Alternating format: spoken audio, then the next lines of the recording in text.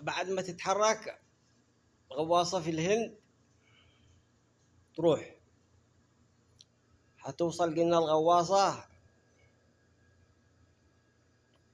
قادمة من استراليا إلى مضيق هرمز، وحتوصل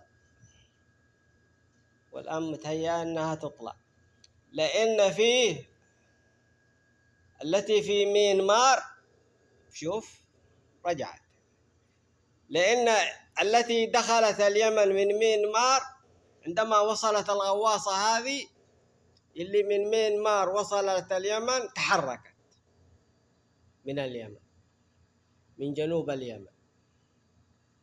فلاحظ الغواصة هذه أكيد وصلت أشخاص وتحركت. بعدما تحركت السفينة التي جت من ميانمار ودخلت الموانئ اليمنية،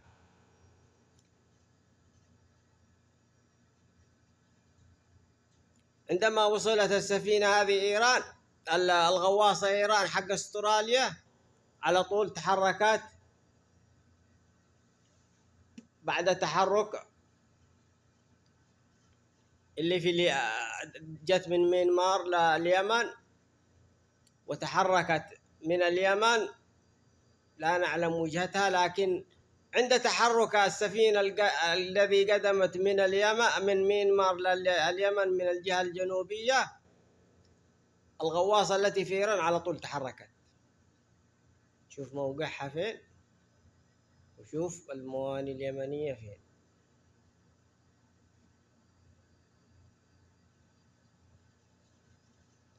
فرجعت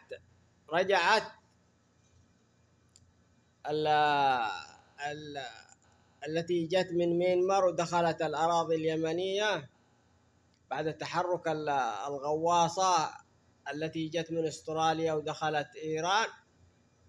وعند تحرك هذه التي جت من ميانمار اليمن وتحركت اللي في إيران، رجعت اللي تحركت من اليمن للموانئ اليمنية، ما عاد واصلت خط سيرها. هذه الآن نعيد